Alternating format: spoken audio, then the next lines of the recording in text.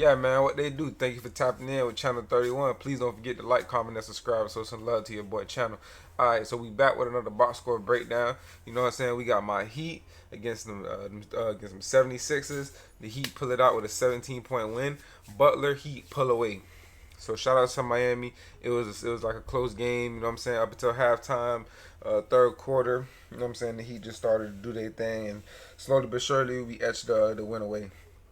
Shout out to the Heat. I just want to say the Heat have been kind of up and down all season, but we've been having guys in and out the lineup. I want to say shout out to Tyler Hero because he's been our best and most consistent player all season. Shout out to Bam because he's starting to come alive. So, and Butler, I'm glad you're back. You know what I'm saying? We need you to get into the rhythm and help lead us to the championship. Now about these 76ers, y'all have been disappointing, man. I mean, before the season started, I wasn't too high on them because this was something I was worried about, them staying healthy, and it's been a concern already. So they've been very disappointing. Even Paul George, in the time he's been there, he hasn't been like he hasn't been what I expected. He's been worse than I expected. It looked like he got old overnight. So I mean, between him and Joel Embiid, they're just not performing at the level that I was expecting them to. And with Maxey being hurt, that really hurts them. So that's how I feel about Philly, and they need to get together soon before it gets really bad. So I'm sorry, Philly fans.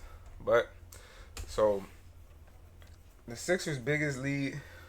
Oh yeah, I forgot to say that. Mind you, they did jump out early on us, but we ended up reeling it back in and was able to get our own lead. But their biggest lead was 19. So you've seen this game flip flop, kind of like our season in a way.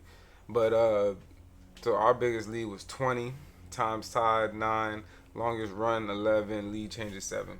All right, so the leading players, man, bro, Jared McCain has been amazing for these guys. Like ever since he had that one breakout game, I forgot who it was against. I think it was the Hornets in overtime, whatever.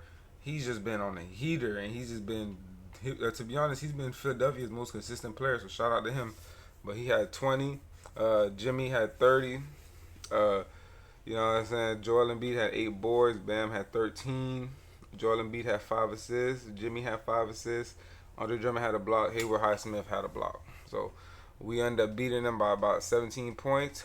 We destroyed them on the rebound battle. We won by 11 rebounds. We beat them in the assist column. We tied for steals, and they ended up getting one extra block than us, but we had one less turnover than them.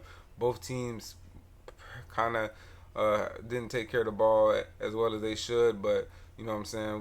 We did a good job of we did a good job of making up for that in the steals department. So both teams shot around 41%. Both teams were miserable from the 3-point line. The Sixers shooting 24% and the Heat shooting 30% with 29%. But to make up for that, we shot 91% from the free throw line, whereas the Sixers shot 75%.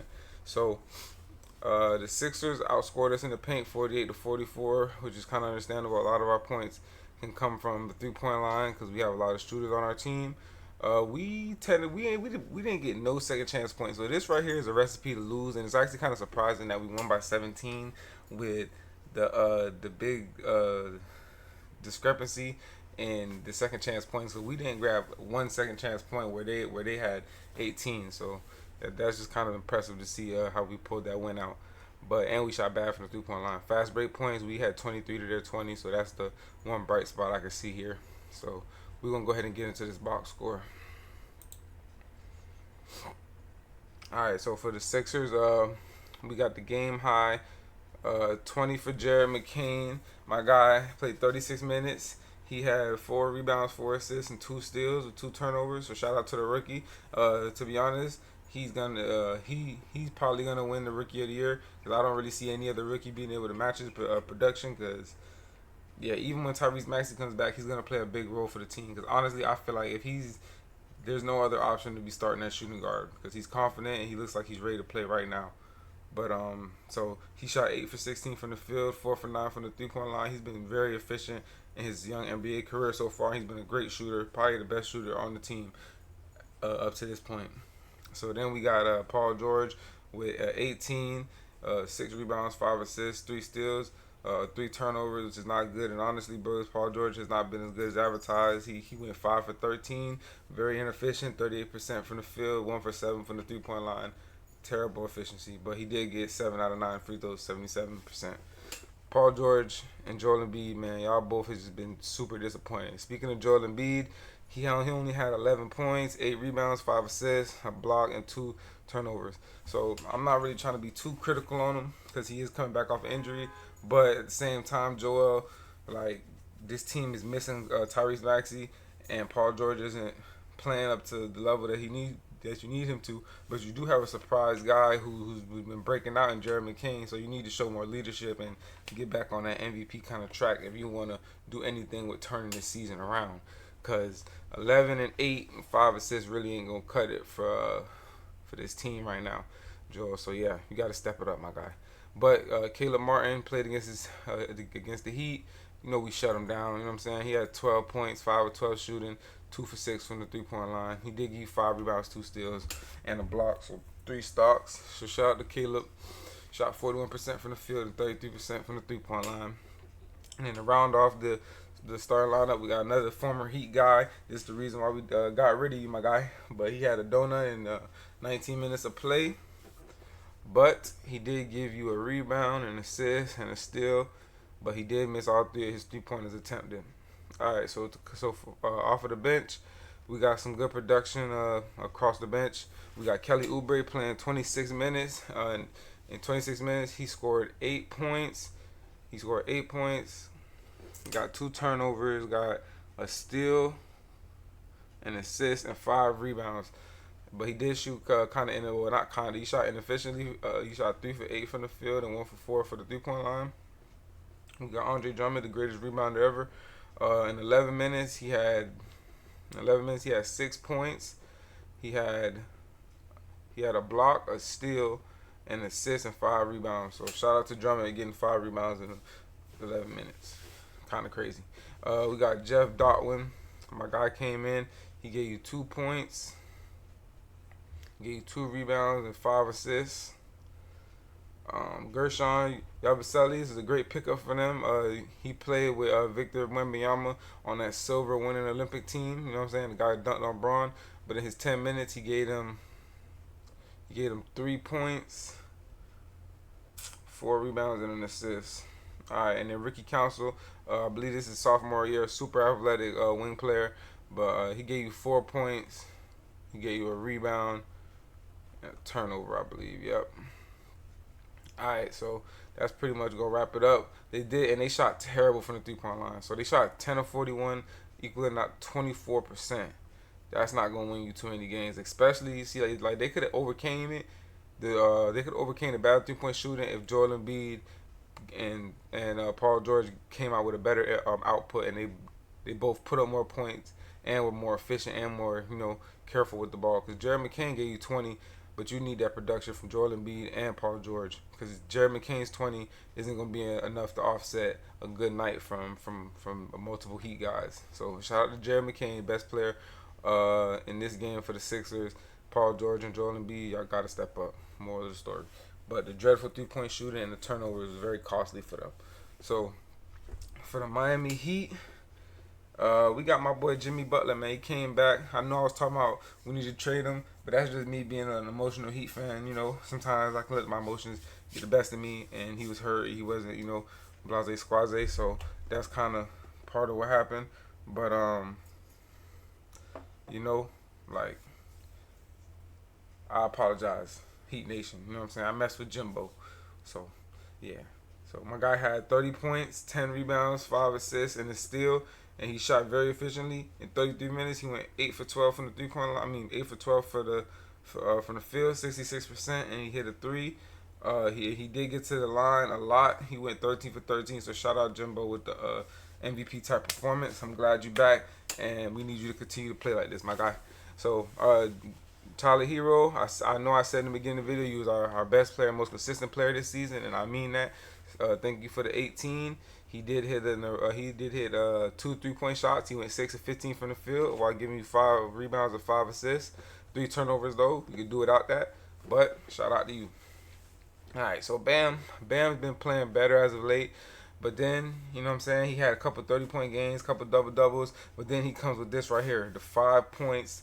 But he gives you 13 rebounds. He gives you 3 assists. He gives you 2 steals and a block, 3 stocks, but then 3 turnovers. Like, come on, Bam. And then you shoot 2 for 8 from the field. I'm glad you're expanding your range. You hit you a three, went 1 for 2 from the 3 point line, but 5 points is unacceptable. Not when you're as good as you are, bro. But I mean, we got it in the dub, and you was able to do other things and affect the game other ways. So I ain't gonna be too tough on you, but come on, bro, you got to do better than that. So we had Duncan Robinson, who's been pretty consistent for us, but today he had a pretty inefficient game. But he gave us 13 points. He hit 5 of 14 from the field, 35%, and then he went 2 of 10 from the 3 point line. So I mean, not Duncan Robinson's normal efficiency from the 3 point line, but we'll take whatever we can get in the dub. So he had 2 rebounds and 3 assists and a steal as well, along with 2 turnovers. As you see the trend of this game, everybody was turning the ball over a lot.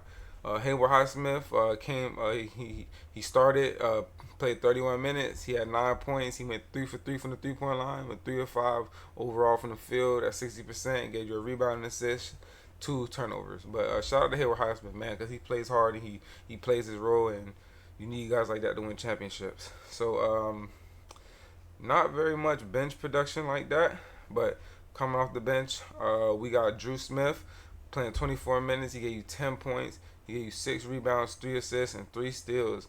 So shout out to Drew Smith. That's really great production off the bench in only 24 minutes. And he shot 4 for 7 from the field, 57%, and 2 for 4 from the 3 point line. So shout out to bro for the good shooting. So we had Alex Burks with in 18 minutes. He gave you 7 points. He gave you 6 rebounds and 3 assists. He went 3 of 8 from the field, 37%, and 1 of 6 from the 3 point line. So we really struggled shooting the 3 point shot as well. But we got, you know what I'm saying, we got good production up top. So that's what kind of we got great production from Jimmy and Bam. I mean, not Bam, but we got great production from Jimmy, Tyler Hero, and Duncan. So, you know, that kind of overcame the shortcomings of Paul George and Joel Embiid and the Sixers starting lineup. So even though we didn't shoot well, neither did they. We got Nikola Jovic. He only had 3 points in 8 minutes. He deserves more minutes than that. He gave you 3 rebounds, an assist, and a steal. He went 1 for 3. He missed his 1 3, but he did get to the free throw line and hit 1 or 2. So shout out to Jovic. He deserves more minutes. Come on, Spo. Then we got Josh Richardson out there, 14 minutes, 1 for 6. 60% from the field. He went 0 for 4. Gave you 2 free throws and scored 4 points. We got Pele Larson. He played 7 minutes, got 4 points, went 2 for 3. And then we got K-Love. He played 15 minutes, 3 points, 1 of 6 from the field, 1 of 3 from the 3 point line, 7 rebounds, an assist, and 2 steals. So, I mean, we got good production, I guess, up across from the bench, because everybody on the bench gave us a little something. But nobody really shot efficiently outside of Drew Smith coming off of our bench and Pele Larson. And our starting lineup, we pretty much only had 2 guys shoot inefficiently. But luckily, the Sixers didn't play well either, and their top guns didn't really come to play. So that's what I really think was the keys to the game. Just the fact that we were able just to outperform them in the starting lineup, and we hit more threes. So those are my keys to the game. Jimmy Butler is obviously the player of the game with 0 turnovers. Y'all let me know what y'all think the keys to the Heat was winning, and y'all let me know who y'all think the player of the game was. Y'all please don't forget to like, comment, and subscribe. So some love to your boy channel, and just continue to support me. And I'm gonna continue to put out this content for y'all. So I appreciate y'all, and y'all stay safe. Until next time, y'all be good.